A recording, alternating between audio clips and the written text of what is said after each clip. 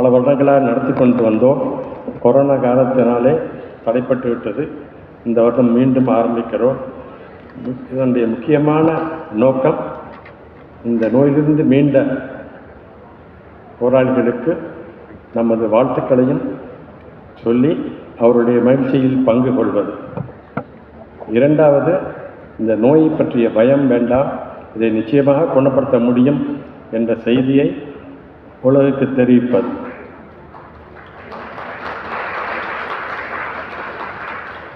மூன்றாவது, இந்த நிகழ்ச்சியினாலே புற்றுநோய் பற்றிய ஒரு விழிப்புணர்ச்சியை மற்றவர்களுக்கு ஏற்படுத்துவது. ஆக புற்றுநோய் வருவதற்கு முக்கியமான காரணங்கள் புகை, மது, உடல் பருமன், அசைவ உணவு, இரசாயன ஆலைகள், கலப்படம், இன்னும் பல கிருமிகளினாலே HIV, HPV, ஹெப்படைட்டிஸ் வைரஸ் போன்ற கிருமிகளினால் மற்றும் பல காரணங்களினாலே வருகின்றது. ஆக இது ஒரு நோய் தான், இது ஒரு சாபக்கேடு அல்ல. எனக்கு ஏன் வருகின்றது என்ற ஒரு மனோபாவம் தேவையில்லை. சுமார் 10% பரம்பரை நோயினால் வரலாம், 90% நம்முடைய வாழ்க்கை முறையினாலே வருகின்றது. எனவே இதை வராமல் தடுத்து கொள்வது மிகவும் முக்கியம். அதற்கு ஒரு நெறியான வாழ்க்கையை நாம் வாழ வேண்டும். புகைப்பிடிக்காமல், மது அருந்தாமல், அசைவ உணவு அதிகமாக உண்ணாமல், பால் பொருட்கள் அதிகம் உண்ணாமல், ஜங்க் ஃபுட் என்று சொல்கின்றோமே அதை தவிர்த்து நமது உடலை ஆரோக்கியமாக வைத்துக்கொள்ள பயிற்சி செய்து நம்முடைய இம்யூனிட்டியை அதிகரித்துக் கொள்ள வேண்டும். இது வருமுன் காப்பது. வந்தபின் காப்பதற்கு நாம் அதை பற்றிய ஒரு விழிப்புணர்ச்சி வேண்டும். 40 வயதுக்கு மேல் வருடம் ஒரு பரிசோதனை செய்து கொண்டால் ஆரம்ப நிலையிலேயே இந்த நோயை கண்டுபிடிக்க முடியும். சில நோய்களுக்கு இப்பொழுது ரத்தத்திலேயே அந்த மாதிரி புற்றுநோய் வரலாம் என்கிற அறிகுறியை காண முடிகின்றது. எனவே பரம்பரையாக வருகின்ற வியாதிகளுக்கு ரத்தத்தின் மூலமாகவே ஜெனட்டிக் டெஸ்ட் மூலமாக அதை கண்டுபிடிக்க முடியும். அதைவிட வருடம் ஒரு முறை 40 வயதுக்கு மேல் அதிகம் பேர் செக்கப், மாஸ்டர்கள் செக்கப் செய்து கொள்கின்றார்கள். அதோடு கேன்சர் செக் சேர்த்து செய்து கொள்ள வேண்டும். அப்படி செய்தால் ஆரம்ப நிலையிலேயே நாம் இதை கண்டுபிடிக்க முடியும். அப்பொழுது சுலபமாக இந்த வியாதியை குணப்படுத்த முடியும். ஆக நேரமின்மையால் அதிகம் பேசவில்லை.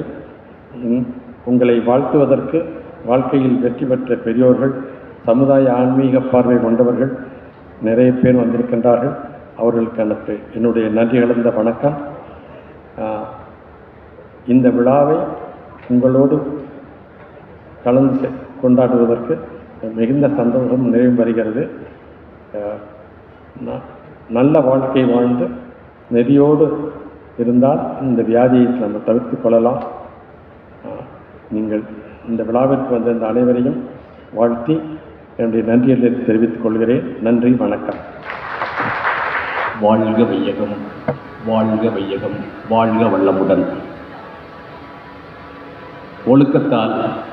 ஒழுக்கத்தால் உலகையே நட்பு கொள்ளும் அன்பு நெறி தந்து சென்ற அருட்தந்தை வேதாத்திரி மகரிஷி அவர்களை வணங்கியும், பிஎஸ் மெடிக்கல் ட்ரஸ்ட் நடத்தும் வசந்தம் என்ற அருமையான நிகழ்விற்கு வரவேற்புரை வழங்கி அமர்ந்திருக்கக்கூடிய மருத்துவர் எஸ். சுப்பிரமணியம் ஐயா அவர்களுக்கும், அவர்களுடைய துணைவியார் ரசதாம் அம்மையார் அவர்களுக்கும், மூத்த மகன் டாக்டர் சுந்தர் அவர்களுக்கும், இளைய மகன் முத்து அவர்களுக்கும், குடும்பத்தில் உள்ள அனைவருக்கும், என்னோடு பேச வந்திருக்கக்கூடிய ஆளுமைகளான முருபா குரூப்ஸ் டைரக்டர் ஆர்கே செல்வமணி, திருப்பதியிலிருந்து டயர் கம்பெனி வந்திருக்காங்க, இவங்களுக்கும் என்னுடைய வணக்கத்தை தெரிவித்துக் கொள்வதுடன், இந்த பிஎஸ் மெடிக்கல் ட்ரஸ்டுடைய ஹாஸ்பிட்டலுடைய டாக்டர்ஸுங்க, மருத்துவர்கள், அது கூட உதவியான மருத்துவர்கள், கேன்சர் நோயால் பாதிக்கப்பட்டு அதிலிருந்து வெளிவந்து ஆரோக்கியம் இருக்கிறவங்க, வைத்தியம் பார்த்துட்டு இருக்கிறவங்க, நண்பர்கள், வெல்விசர்ஸ் உங்கள் அனைவருக்கும் என்னுடைய மாலை வணக்கத்தை முதலில் தெரிவித்துக் கொள்கிறேன். வாழ்க வளமுடன். நிகழ்வு தொடர்ந்து நடந்துட்டு இருந்து 6 வருஷம் கழித்து இன்றைக்கி தான் ஆரம்பிச்சிருக்கிறாங்க ஐயா சொன்னாங்க. இன்றைக்கி தான் நான் ஐயாவையும் அம்மாவையும் நேரடியாக பார்க்குறேன். அந்த பார்க்குறதுக்கு காரணகர்த்தவர் வந்து என்னுடைய அருமை நண்பர் பெரம்பலூர் ராஜா ரெடிமேட்ஸுடைய மகேஷ்.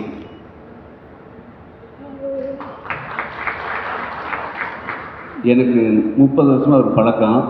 அவருக்கு இந்த நோய் பாதிக்கப்பட்டோன்னே எனக்கு கூப்பிட்டு சொன்னோன்னே அவர் என்கிட்ட நோயை பற்றி சொல்லிட்டாரு. அவர் சாதாரணமாக இருக்கார், நாங்கள் தான் பதறணும். ஏன்னா ஐயா இருக்கார் பார்த்துக்காரு அப்படின்னு அவ்வளோ ஒரு நம்பிக்கையோடு அவர்கிட்ட வைத்தியம் பண்ணி ஒவ்வொரு நாளும் அந்த டெவலப்மெண்ட்டை பற்றி சொல்லி பூர்ண குணமான பின்னாடி அவர் சொன்ன வார்த்தை எனக்கு தெய்வமே வந்து டாக்டர் சுப்பிரமணிய ஐயா தான் அப்படின்னு சொன்னார். இதுக்கு மேலே என்ன வார்த்தை வேணுங்க? இன்றைக்கி பகவத்கீதையில் கிருஷ்ண பரமாத்மா சொல்கிறாரு, யாரெல்லாம் வணங்கக்கூடியவர்கள் அப்படிங்கிறதுல 80 வயசு, அதாவது 1000 பிறை கண்டவங்க வந்து கடவுளுக்கு சமம், அவங்கள வணங்க தேவைன்னு. இன்றைக்கி எனக்கு அந்த யோகம் கிடைச்சது. வசந்தமாக அவங்க டாக்டர் சுப்பிரமணியத்துடைய தம்பதி சகிதமாக அவங்க 84 வயசு தம்பதி சகிதமாக அவங்கக்கிட்ட ஒரு ஆசீர்வாதம் வாங்கக்கூடிய ஒரு பெரிய வாய்ப்பை ஏற்படுத்தி கொடுத்துருக்காரு என்னுடைய நண்பர் மகேஷ் அவர்கள். இன்றைக்கி நாம் எல்லாருமே ஒரு பொருள் ஈட்டம்னு வாழ்க்கை இயந்திரத்தனமாக வந்து இன்றைக்கி ஓட்டிகிட்டு இருக்கிறோம். கிராமப்புறத்தில் ஒரு நேச்சர் லைஃப் எல்லாம் பார்த்தாச்சு. பட் இன்றைக்கி இந்த சென்னை மாதிரி பெரிய மாநகரங்கள்லாம் வந்த முன்னாடி எதை பற்றியுமே யோசனை முடியாது. எத்தனை மணிக்கு எந்திரிக்கிறோம், எப்போ படுக்கிறோம் அப்படிங்கிறத வாழ்க்கையே இயந்திரத்தனமாக ஓடிட்டுருக்கு. உண்மையிலுமே சொல்கிறேன், நாங்கள்லாம் திருப்பூர்லேருந்து இங்கே வந்தோம்னா ஒரு 2 நாள் 3 நாள் வந்து வேலை முடிச்சுட்டு போகிறது கூட வந்து ஏதோ கடல் கீழே போய் மூச்சிட முடியாது, வெளியே வந்த மாதிரி இருக்குது. சென்னை விட்டு வெளியே போகும்போது அவ்வளோ ஒரு நகரத்தில் இவ்வளோ ஒரு இயந்திரத்தனமாக இருக்கக்கூடிய அந்த பொல்யூஷனை எனக்கு வந்துட்டு போனால் அங்கே ஊர் போனால் சளி பிடிச்சிது. அந்தளவுக்கு இந்த பொல்யூஷன் இருக்கக்கூடிய ஊரில் எப்படித்தான் இருக்கிறீங்கன்னு எனக்கு புரியல. அந்தளவுக்கு இந்த ஊர் பொல்யூஷன் ஆகிருக்கு. இறைவன் வந்து நம்மளுக்கெல்லாம் வாழ்கிறதுக்கு பஞ்சபூதத்தை கொடுத்துருக்காப்புல. இறைவன் எப்பவுமே நேரடியாக வந்து ஹெல்ப் பண்ண மாட்டார், உதவி பண்ண மாட்டார். நம்மளுக்கு வேணுங்கிற அத்தனை விஷயத்தையுமே வந்து பஞ்சபூதமாக நிலம், நீர், நெருப்பு, காற்று, ஆகாயத்தை கொடுத்துருக்காரு. அதை வச்சு நாமெல்லாம் உழைச்சிக்கிறதுக்குள்ள வாய்ப்பை கொடுத்ததை நாமெல்லாம் முடிஞ்ச வரைக்கும் அதை பொல்யூஷன் பண்ணிட்டோம். வளர்ச்சின்னு சொல்லி அந்த இயற்கையாக இருக்கக்கூடிய நிலைகளெல்லாம் மாற்றி மண் கெட்டுது, தண்ணி கெட்டுது, காற்று கெட்டுது. இப்போ பாட்டில் தண்ணி குடிச்சிட்டு இருக்கிறோம். இன்னும் கொஞ்சம் நாளில் காற்றையுமே கேனில் போட்டு சமைக்கிற காலம் வெகு தூரத்தில் இல்லை. இதுதான் இன்றைக்கி நடைமுறை. இதையெல்லாம் நாம் வளர்ச்சின்னு சொல்லிட்டு இருக்கிறோம். இது வளர்ச்சி இல்லை, இதெல்லாம் வீக்கம். இன்றைக்கி நோய் வந்த பின்னாடி காப்பாற்றுறதுக்கு டாக்டர் ஐயா இருக்காங்க, அதிலெல்லாம் எந்த பிரச்சனையும் இல்லை. நோய் வராமல் இருக்கிறதுக்கு வந்த பின்னாடி அதை சரியாக மெயின்டைன் பண்ணுறதுக்கு நம்மளுக்கெல்லாம் ஒரு பெரிய விழிப்புணர்வு வேணும். அதுதான் ரொம்ப முக்கியம். இந்த நிகழ்ச்சி ஆரம்பத்துடைய நோக்கமே ஒவ்வொரு செயலையும் பார்க்குறப்போ நான் புரிஞ்சிட்டது என்ன அப்படின்னா, நோயால் பாதிக்கப்பட்டவங்க, நோயிலிருந்து வெளியே வந்தவங்க எந்த இடத்துலையுமே தாழ்வு மனப்பான்மை இல்லாமல் சக மனிதர்களோடு சேர்ந்து வாழக்கூடிய அளவுக்கு எல்லோரும் நாம் அவங்களுக்கு ஒரு ஒத்துழைக்கணும். எந்த விதமான தீய பழக்க வழக்கம் இல்லாமல் நம்ம வாழ்க்கை முறை ஓட்டணும். ஏன்னா இன்றைக்கி வந்து ஒரு 2.5 மணி நேரம் உட்காந்துட்டு ஒரு இடத்துல இருந்தால் கூட அது 100 சிகரெட் குடிச்சு அப்படிங்கிறாங்க. அந்தளவுக்கு உட்கார்ந்து வேலை பார்த்து கூட இன்றைக்கி உடம்பு கெடுதல் அப்படின்னு சொல்லக்கூடிய காலகட்டத்தில் நம்ம இருந்துகிட்ருக்கிறோம். முன்னெல்லாம் வந்து நம்ம விவசாயம் மற்ற தொழில் பண்ணுறபோது உடலுக்கு வேலை வாய்ப்பு கொடுத்துருந்தோம். இன்றைக்கி அப்படி இல்லை. 2 விஷயம் ஸ்பிரிச்சுவலில் சொல்லுவாங்க. நம்ம உடம்பை எப்பவுமே அசைச்சிட்டே இருக்கணும், பயிற்சி கொடுத்துட்டே இருக்கணும், மனசை அசையாத வச்சுருக்கோன்னு சொல்லுவாங்க. ஆனால் இன்றைக்கி நடந்துட்டு இருக்கிறது எல்லாமே வந்து உடம்பை அசையாத வச்சுட்டோம், மனசை ஒரு நிலை இல்லாமல் அசைச்சிட்டே இருக்கிறோம். இதுதான் இன்றைக்கி நடைமுறை இல்லாமல் இருந்துகிட்டு இருக்கிறது எல்லாமே. இன்றைக்கி நல்லா பார்த்தீங்கன்னா ஒவ்வொரு விஷயத்துலேயுமே வந்து நம்ம பொருளுக்கு பின்னாடி, அதாவது என்ன சொல்கிறதுக்கு வந்து மனிதர்களுக்கு ஒரு முக்கியத்துவம் கூட, மனித உயிருக்கு ஒரு முக்கியத்துவம் கொடுக்க முடியாமல் அந்த பொருளுக்கு பின்னாடி தான் போயிட்டுருக்கோம். குழந்தை பிறந்தோடனே பொம்மை வாங்கி கொடுக்குறோம். அந்த பொம்மை உடைஞ்சதுன்னா அந்த குழந்தை அழுகுது. அந்த பொம்மை 200 பொம்மையாக இருக்குது. அதுக்கடுத்து 2000 பொம்மை வாங்கி கொடுப்போம். அதுக்கடுத்து 20,000 ஒரு சைக்கிள் வாங்கி கொடுப்போம். அதுக்கடுத்தது 2 லட்சத்துக்கு கார் வாங்கி கொடுப்போம், பைக் வாங்கி கொடுப்போம். அதுக்கடுத்து 20 லட்சத்துக்கு 30 லட்சத்துக்கு கார் வாங்கி கொடுப்போம். ஆனால் அந்த காருக்கு கொடுக்குற பராமரிப்பு, அந்த ஒர்க் ஷாப்பை போய் பார்க்குறது, இதுக்கு கொடுக்குற முக்கியத்துவம், அந்த பொருளுக்கு கொடுக்குற முக்கியத்துவம் நம்ம உடம்புக்கு கொடுக்குறது இல்லை. ஐயா சொன்னாங்க 40 வருஷம் ஒரு தடவை செக் பண்ணுறோன்னு. எத்தனை பேர் போய் பண்ணுறது? இதெல்லாமே நடைமுறையில் நாமளாக ஏற்படுத்திக்கிற சிக்கல். இன்றைக்கி ஐயா கடைசியில் சொல்கிறபோது சொன்னாங்க, கெட்ட பழக்கம், அதாவது புகை, மது, இந்த மாதிரி பழக்கம் இல்லாமல் இருக்கிற வரைக்கும் நல்லது அப்படின்னு. நம்முடைய வாழ்க்கையில் இறைவன் நம்மளுக்கு பெரிய எக்ஸாம் வச்சுருக்காரு. இறைவன் இந்த பூமியில் நம்மளை பிறக்க வச்சுட்டு உலகத்தில் இருக்கிற இன்பத்தை அத்தனையும் முறை அனுபவிக்கிற அளவுக்கு எல்லா வசதி வாய்ப்பையும் நம்மளுக்கு திருவள்ளுவர்லேருந்து கம்பராமாயணம், மகாபாரதம் எல்லாம் நமக்கு எடுத்து சொல்லியிருக்குது. உலகத்தில் இருக்கிற அத்தனை விஷயத்தையுமே முறை அனுபவிக்கிறதுக்கான அத்தனை விஷயம் சொல்லி வச்சுருக்காங்க. அதுக்கு முன்னாடி முறையாக போட்டுக்கணும். ஆனால் அந்த முறையை தவறி நாம் செய்யக்கூடிய அத்தனை கெட்ட விஷயங்கள் பண்ணாலுமே அடுத்த நிமிஷம் நம்ம உடம்புக்கு மனசுக்கு ஒரு சந்தோஷம் கிடைக்கும். ஆனால் நல்ல விஷயம் பண்ணிங்கன்னா அதுக்குன்னா ரிசல்ட்டு உடனே கிடைக்காது. அது 6 நாள் ஆகலாம், 6 மாதம் ஆகலாம், 6 வருடம் ஆகலாம், 6 கலக்கட்டை ஆகலாம். அதுக்கு பின்னாடி தான் ரிசல்ட் தெரியும்.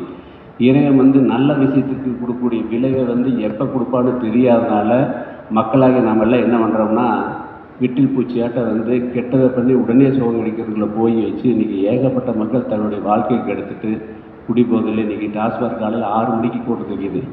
ஆனால் பால் கொடுத்து போகிற சைக்கிள் போய் பெல் அடித்து ஊரோட போட்டிருக்கான். இதுதான் இன்றைக்கி யதார்த்தமான நிலைமை. இன்றைக்கி நாங்கள் தென்னீரான்னு ஒன்று கண்டுபிடிச்சிருக்கோம்.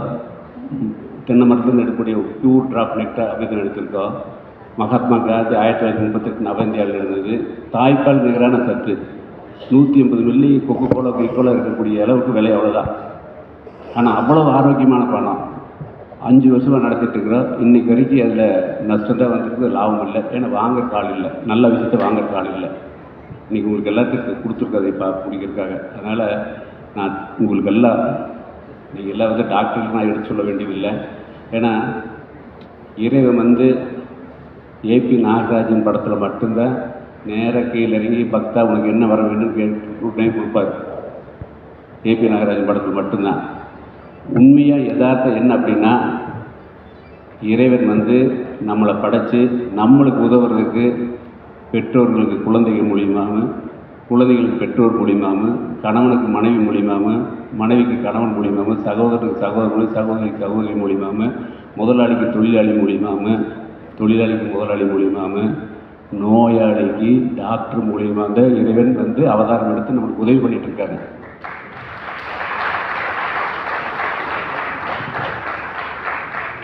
அந்த தெய்வம் எல்லாமே முன்னாடி வச்சுட்டு உட்காந்துருக்கு, தேவதைகள் எல்லாம் உட்காந்துருக்காங்க. இவங்க எல்லாத்தையும் வச்சு இந்த சபை நடந்துட்டு இருக்குது, இந்த அரங்கு நடந்துட்டு இருக்குது. அப்படின்னா ஒவ்வொரு நிகழ்வும் நம்மளுக்கு இன்றைக்கி இறைவன் ஏற்படுத்திட்ட திட்டம்.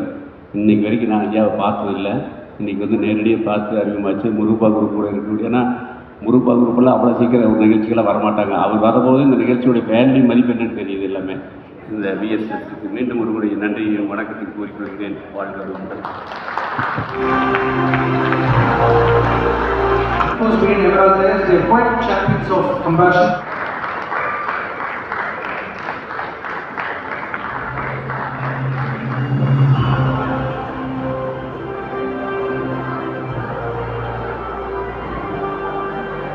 He lives in the Rotary motto, serves above self. As the immediate past president of the Rotary Club of Madras,